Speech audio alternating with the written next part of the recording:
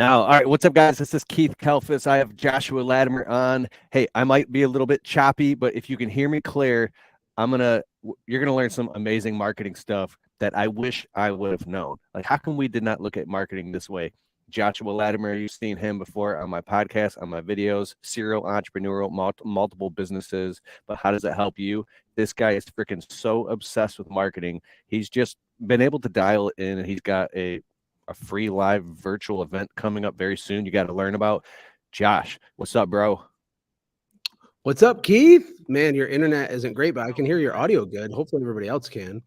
And how's the weather in Michigan? Because it's been 100 degrees for 3 months straight in Texas. People are dying, but it's starting to cool off now. I've also heard that leads are cooling off for a lot of businesses. Let me make sure. Not necessarily everybody, but have you been hearing that people are having a harder time getting the phone to ring the last month or two? On your side, we didn't talk about this ahead of time, so maybe you haven't, but what do you think? You know, I have a friend, two friends that have said the same exact thing, that their phone has not been ringing as much as normal. So it's like last year is like, oh, nonstop leads, but now they're saying not so much. So not with new clients. Let's just blame Joe Biden and feel sorry for ourselves. No, I'm just kidding. That's the thing, though. Like, there are like realities. Like, it's not a magic trick. You can't just like push a magic button and get money automatically necessarily. We have to understand certain things. I mean, I have some pieces of advice. I don't know if you want me to start somewhere specific, but I know people need money. And more importantly than money, they need margin. They need actual profit.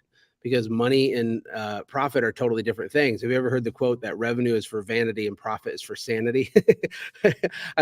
I love that. And actually, you know, a lot of the guys with $2, $3, $4 million businesses, I'm one of the guys they call to kind of commiserate with, because they're like confused and frustrated that they're not making the money they thought they would, even at 2 or 3 million.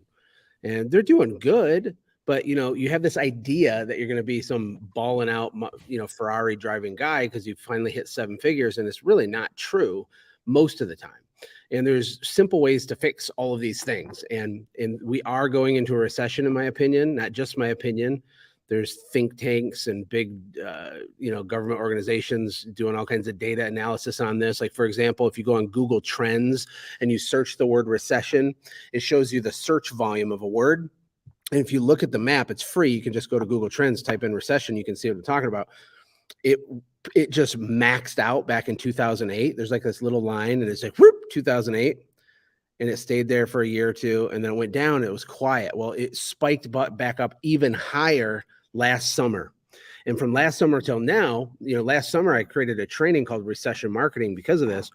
And we've kind of been okay, you know, but we're not out of the woods. Like, things are bad. Ned Davis research says there's like a 93% chance we're going into a global recession, possibly depression. And the weird part is that I'm actually excited for people, because there's going to be huge opportunity to like get rich, to scale your business. I think a lot of people are going to panic and probably overreact, maybe sell their company for pennies on the dollar or go out of business. That's not good. I hope that doesn't happen to you. But maybe some of the things I can share today and in my workshop this week, which is free, is just, it can help you. It can help you make profit with your brain. Because the key to this problem isn't buying more Valpak ads or just like sending more EDDM with no thought going into it. It's a little deeper than that. And I guess as an intro, I can start talking about tactical things. I mean, is that okay, Keith? Bro, I love it. And for those of you that are just joining, thank you. What's up? I could see you. I could see all the comments. My video is probably a little choppy because my internet, for some reason, I'm actually in my basement trying to get better internet right now. But Josh is going to be doing most of this. Do you got this whiteboard out right now? What do you war plan? Well, okay. I'm a visual learner, so I'm going to scribble some notes Me while too. we talk about this. But just up front, if you go to warplan.com, yes, I'm doing an event this week. It's 2 days. It's at night on Wednesday and Thursday of this week, September 13th and 14th. It's free. On day 2, I will make an offer of some of the stuff I have, just in full transparency. But the entire day 1 and all of day 2, except for the part where I share the offer, is going to be tactical, practical, do it now stuff. And I will warn you too, like, some of the stuff's a little advanced. and I'm going to go really fast. For example, my just day one of this workshop is like 200 slides long, and I'm going to go like rapid fire, but people need help. And whether you buy anything I have or not, I want to help you, especially if you're married with kids and trying to run a service company, because it's freaking hard. you throw 3 toddlers in the mix and it's like, you know? So anyway, let's start with this. So let's talk about these 3 categories, and I'll mention this in the workshop in more detail, but there's noise, nuance, and offers. Mm-hmm. And, you know, for me, I like to simplify the way I think about this. When I say marketing, I don't mean doing a postcard or putting out a yard sign or doing some ad in a newspaper or something. Marketing is everything. And everything is marketing. Like the way people perceive you is marketing. And there's all kinds of psychology in our brain happening. You know, if you think about it, like depending on the industry you're in, I know a lot of lawn care guys follow you, Keith, too. The customer has an idea in their brain of like how valuable that thing is before they even talk to you. And they've already anchored themselves to like some prior experience or interaction with some lawn care guy. And maybe when they were a kid, they like mowed lawns for a summer and they like think that they're the same, that them doing that was the same as what you do right now. And so our job as marketers, as business owners that want oxygen, AKA profit, is we have to reframe people. Okay. So here's the first weird phrase you might have not heard is reframing. This is a phrase that's really common in internet marketing, or if you study persuasion, if you study copywriting. The game is frame control. And no one in the service industry really teaches it like this, but it's insanely powerful because you need to walk people through a series of simple things to reframe them that you're a luxury, top shelf, premium service provider. And even if your business is tiny and you don't have all this fancy stuff, it can still be done really, really quickly. So let's talk about noise though, to start off. So most local small businesses don't make enough noise, meaning marketing. They're not noisy enough, or they make noise the wrong time. Here's how I'll explain that. Most companies have like a buying cycle for their business. And so maybe this is like the summer and you're super busy. And actually, let me fix this. So I don't think this is accurate. Like I know for my cleaning business in Michigan, it was more like this, right? And then we're like crazy busy here. And then there's like, we called it the 100 days of hell. Yeah. From so like April to everyone 4th wants of to July. everyone wants to give you money right here. And then also right here, but we market like here and here and here. And the reason we do that is because we are panicked and the phones aren't ringing. And so we go buy a bunch of EDDM and we're doing it at the wrong time. What needs to happen is we need to do more marketing or make noise up these curves. And we need to raise our prices when demand is high, let our close rate be lower on purpose. And then when it slows down, we circle back to the people that didn't buy at the inflated prices and we lower them back down for a special screaming deal. Just that by itself can sometimes double the take-home profit of an owner. And I know I'm talking really fast and I can't like prove it to you with the math, but this is literally true. I've helped hundreds of people do this. And so that's like nugget number 1 is supply and demand pricing. So if you're like booked a month out and your prices are the same, you just hate money and you don't understand that you're leaving like gigantic tens of thousands of in your personal profit pocket as an owner on the table by doing that. But anyway, when you're making noise, first of all, we want to make noise at the right time. The other thing about noise is we want to make sure that we're not making noise in the ocean. You know, I think a lot of people, they do this shotgun marketing and it's like they're jumping up and down in the ocean thinking that they're doing something, which I stole that line from Dan Kennedy because it's so good.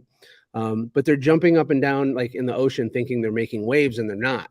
I read a statistic that Stanley Steamer, who's a huge carpet cleaning company, they do 150 million a year, which is 400,000 a day. Okay, is how much revenue they average. The average carpet cleaner in the United States makes $326 a day. And when you ask yourself, like, okay, what are the differences between like Larry making $300 a day doing one job a day and Stanley Steamer? Now, first of all, Stanley Steamer's quality is definitely worse than Larry, for sure. Okay. On average, Larry is like a nerd and he knows like the flux capacitor inverter valve of his little carpet sucker 9000.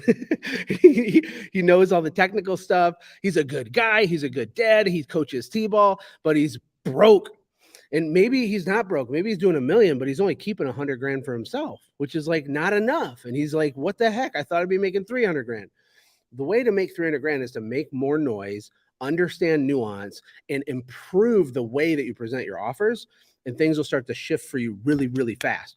So when it comes to making noise, if you do shotgun marketing where you just EDD on blah, blah, blah, blah, blah, or you just do postcards or you do some yard signs, but it's kind of random and it's spread out, that's a worse way to do it because you don't have the capital to compete with the Stanley Steamer. So you might see them on TV and in every mailbox and everywhere. The smaller company, and by the way, if you're doing less than 5 million, you're small. I mean, the SBA.gov defines a small business as anybody with less than 500 employees, which is like all of us, except for Tommy Mello. I think he'll be a billionaire in a couple of years. So he's graduated to not a small business. But anyway, so you want to do small, targeted, inside out, shock and awe, saturation marketing. Small, targeted, inside out, shock and awe, saturation marketing. And the way that you do this is you take your customer list and you run it through an online service that will reverse geocode your list. And that's a fancy term for you upload your addresses and it will show you a map. And on the map, it'll have pins of where all your customers are physically at, which is a really powerful visual thing. I mean, you already know the neighborhoods you have good customers in, but seeing the whole scope of it is huge. Because then you can go neighborhood by neighborhood, cul-de-sac by cul-de-sac, subdivision by subdivision, and become a nightmare to compete with like that. And it's super inexpensive. You get massive momentum. A lot of past customers will re-engage you. People in those towns are going to see your trucks coming in and out and in and out. And it's like you're everywhere, even though you're only in a small spot. And if you're going to do direct mail, hit people 8 times in the right neighborhoods where you already have traction instead of doing one time really big to a bunch of people who don't know who you are. And this is really an example of nuance. So we can start talking about that. Making noise, marketing, all the stuff we do. We don't want to do it backwards. We want to do it up the supply curve when people are in demand. That's when we spend marketing dollars. We raise our prices as we go. And we want to go small, targeted pocket marketing, right? But then we get to nuance. Nuance means the way that you do the thing that you do. Nuance is lost on like everybody. And I get it because it's like really overwhelming to run a small company, but it's not so much do you do marketing, it's how do you do it. I'll ask people like, do you do direct mail? Like, oh yeah, I tried that, didn't work. Or I'll say, do you answer your phone? Oh yeah, always answer my phone. Okay, but what if I actually secret shopped 100 companies? 100 companies that all answered their phone. Would all 100 of them produce the same yield? The answer is no. They would be wildly different. The tone, the emphasis, the pacing, the voice inflection, right? The enthusiasm, the structure of when you ask questions of the customer on the phone. What do you ask first? Do you ask them what their name is? Or do you tell them, hi, my name's Josh. May I have your name? That little tiny, seemingly insignificant detail matters a ton when you stack it all up together, when you stack the nuance up, the choreography. It's like you're a choir director and you're using your brain thinking, how do I pre-frame? How do I reframe someone so that I stand out like a sore thumb and they know real quick we're not another Bob with a lawnmower guy. We're a different thing altogether, right? So nuance is how do you do it? I was talking to a friend of mine named David Hamill, and I'm going to share his story on the free training this week too at warplan.com. It's free. You can go there. And he does yard signs, but he's a savage, okay? Like people pass out yard signs and like, it doesn't really work. It's like, no, you don't work. You didn't do it. It's not did you do it? It's how did you do it? So David, he split tested everything you can imagine with yard signs. I'll give you a bunch of examples. He doesn't print them the normal way where the corrugation in the plastic is vertical, because when you put them on telephone poles, the wind will break them and they flap like this. Have you ever seen a yard sign like that on a pole? It breaks over time, right? So he just prints them so the corrugation is horizontal, so that doesn't happen. Now that's one tiny little thing, but it matters. He also puts them 10 feet up on a telephone pole, screws them in with a lag bolt at night with a ladder so that no one can get them down unless they use a box cutter. That's nuance number 2. He also doesn't put them at main intersections where all of his competitors will steal them. He puts them at minor intersections everywhere else. He doesn't just put them at the entrance of a neighborhood. He always goes in the neighborhood and finds vacant lots and hides them in weird places. He also goes to Starbucks drive-thrus at night and puts it underneath the drive-through window where the lady in the Mercedes is getting her latte, and she's 2 feet from his "I'll wash your house" sign next to her car. And sometimes they don't notice it's there for a week before they throw it away. Right? And my point, though, is that he's thought through all the nuance of like how to maximize the yield on this very simple thing. The time of year where he does it, the mapping of like the neighborhoods you're going to go and targeting where you already have traction, doing yard signs, 3 days before your Facebook ad hits the same thing and before your direct mail ad hits the same thing. This is all example of nuance. It's thought, it's brain money. And hopefully that does a decent job of sort of explaining nuance, but this applies to everything. The way you look, the way you smell, the way your truck is, the scripts that you use, the order in which you say the parts of the script, all of it. And you don't have to be perfect at it, but God, I mean, your competitors are doing like nothing to even remotely try to do any of this. And when the recession starts to get worse, they're going to get swallowed. And then what I want for you is to buy their company and buy their assets for pennies on the dollars. I want you to be able to buy their phone numbers and their domain names and get all their traffic, because when things rebound, and it will, you're going to gobble all that up. Okay. And then the last thing is offers, the offer itself. Russell Brunson talks famously about offers with funnels, and most people are aware of ClickFunnels and all that. But what about local businesses? Alex Hormozy got gigantically famous the last 2 years, and he's obsessed with offers. His book, $100 Million Offers, is amazing. But I just don't see a lot of service companies taking it like seriously enough. And, on the training, I'm going to break this down in more depth. But essentially, there's a whole bunch of buttons you can push, dials you can turn, things you can do to fundamentally, completely change how your offers feel. It's all about feeling and pre-framing and reframing and choreography, because what you ultimately want to happen, ideally, and it's never perfect, you want people to be pleasantly surprised that you're only $300 more than the other guy. Instead of being like company A is 500, company B is 550, and then your company is 850, and they're like, "What? This is outrageous." This choreography done correctly is going to make them scared of your price, thinking you're going to be double, and like, "Oh, the Mercedes-Benz of lawn care is only a little bit more than the other guys, but they're clearly different. Everything about it's premium." And you attract different types of customers this way. People talk about you more this way. And most importantly, you make more profit, which at the end of the day, that's the whole game. I'm telling you right now, a lot of I have a 7-figure business people are broke because they haven't priced properly.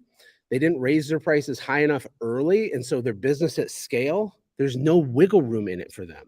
They're making 70 to 100 grand a year doing $1 or $2 million.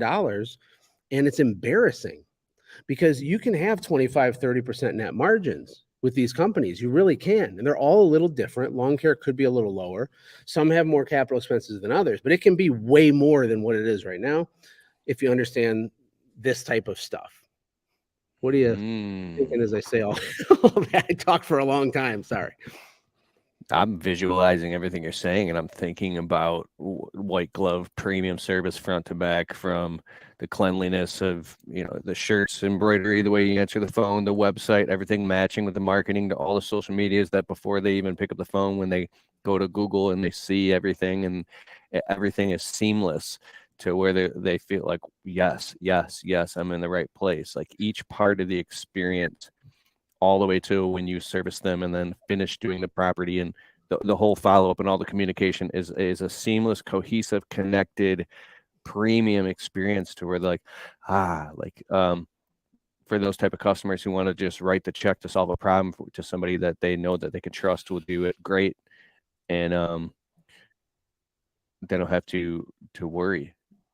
It makes me think about the email from Michael Gerber when he got his hair cut and the guy offered him a cup of coffee and did all these things. And he went back to the same barber shop after, and now the experience was different. He didn't offer him a cup of coffee. Something else happened. And then he went a third time and it was something different. And he didn't know why, but he didn't like the place, or his expectations went real low. So you're thinking all this out.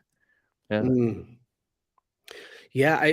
And one thing, like if you don't have a lot of extra cash right now, don't get overwhelmed and stressed out by this, because you can do Mhm. everything that I'm talking about with like no budget, basically, because you work with what you have. You know, think of David and Goliath. Like, David didn't beat Goliath by trying to behave and act like Goliath. You don't have to do what Stanley Steamer does or what the big guy does.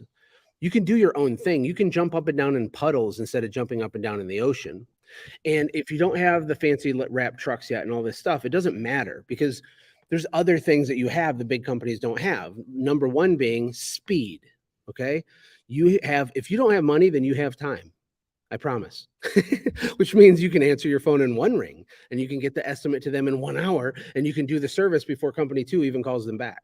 So we have competitive advantages at every level, right? The little guy has leverage over the big guys in certain ways, and the big guys have leverage over little guys in certain ways. And so don't pretend you're some corporate monolith. If you're like a single owner operator, like, own it, make that part of your value proposition, that, you know, the owners on every job site and personally expecting it.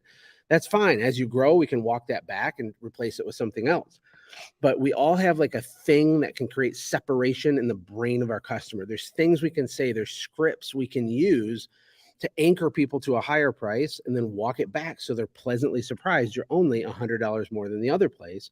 And it's a game that takes repetition and volume, takes some courage to do it. I think, you know, there's a portion of the population that's just lazy.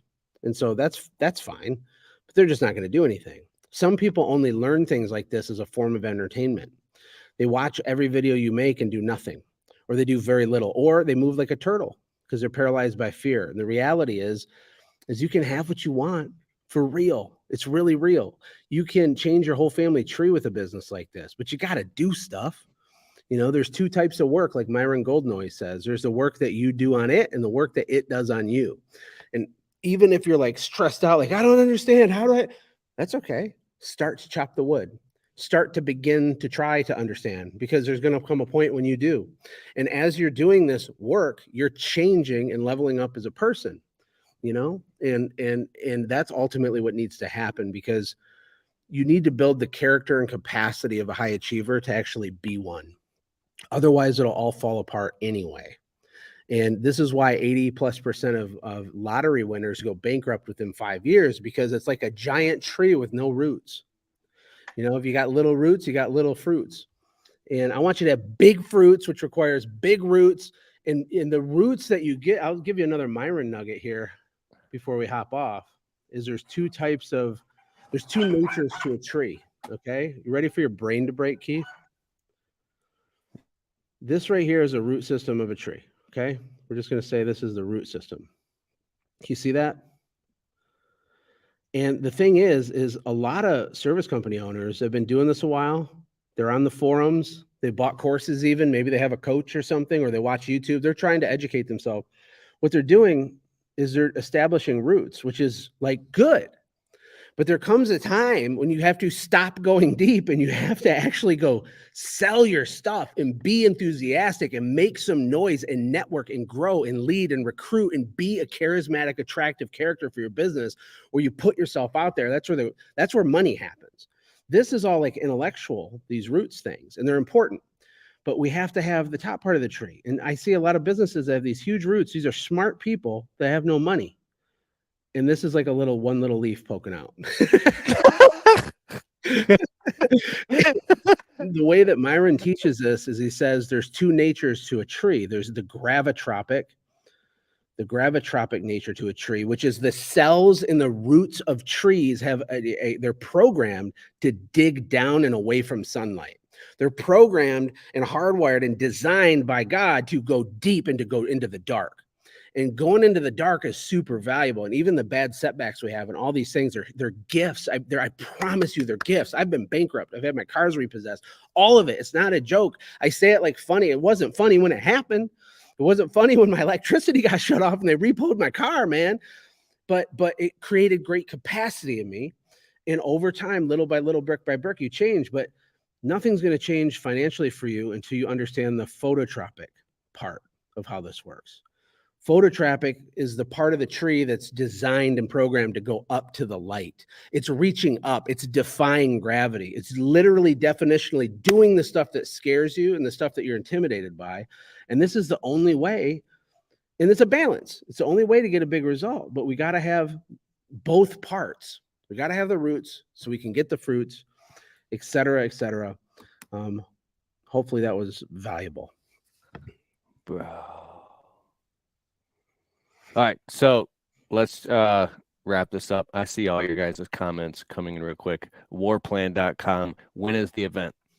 It's Wednesday night, 8 to 10 Eastern time, and Thursday, same time. We'll probably go over. It'll probably be more than 2 hours each night, to be honest. We are going to have a limited time replay, but you can only get it if you register in the first place, or else we won't know where to send it. We're not just going to post it, I don't think, generally. And it'll be really live. It'll be here at the studio. I'm really nervous about it, actually, because it's kind of a whole production. We got like different camera angles and the switcher, and like my wife is going to MC it. And like, I'm treating it like a big deal so that people pay attention, because I literally see a storm coming, and I'm really freaked out for people that don't start leveling up their brain really fast. And there's going to be great, enormous opportunity for those that do, but a lot of people are going to get smacked by this, and it's going to be bad. So don't panic. If your phone's not ringing, there are solutions, there are answers. I'm going to give dozens of 10K ideas on this training, and you're going to be taking notes, putting like 10K, like this one sentence was a 10K idea. This one thing was a 10K idea. And I want you to just stack value from me to you. On day 2 of the event, I'm going to present an offer of a new thing that I've been building. I've been building a program and some cool stuff for 13 months. I spent $1.1 million on it, and I'm really excited. It's like giving birth to a child. I'm nervous because it's my art, and it's my effort to serve people. And maybe people say, that's stupid. I hate you, Josh. I doubt it. It's pretty freaking epic, but we're going to find out together on Thursday. But pure value, I will present an offer, and then more pure value. We're not going to harass you, I promise. And you just go to warplan.com to sign up. So it's Monday night. This is Wednesday night. Mark your calendars. Go to warplan.com. Register totally for free. Put it on your calendar, and you're going to teach epic stuff. I know you did over the winter. You did some free stuff on Facebook, and it was insane. Yeah, like I have a lot of stuff, and another thing I'm giving people when they register for the workshop is a giant document I made called 60 profit producing ideas. Not the greatest name in the world, fair enough, but it's 60 kind of it's like a pocket guide to making money. And these are really out of the box, weird things you can do. And I think all of them, or almost all of them, they cost nothing to do, and they'll make you money in days, right? It's like, do this like this at this point, boom, money. When you're pitching your thing, say it like this first, then this second, and then this, and make sure you do this, boom, money. And there's 60 of them broken into 4 different categories. And I'm going to give that away for free. It's insane. I could sell just this resource for a whole bunch of money. It's going to be this massive bribe to get people to show up. Share it with your friends. If people are hurting and suffering, they have young families, if they want to grow faster, if you want to legitimately become a millionaire. And by the way, $1 million today isn't what it used to be. And it's not like some magical thing, but it is a step one. Let's get you there first and then go from there. So I appreciate your time, Keith. Thank you so much, brother. Thanks to you too, Josh. And thanks everybody here. Awesome. So excited to see you guys Wednesday night, warplan.com. I'll be there taking notes. Have a good evening, Josh. Later, guys. Bye, everybody. Thank you.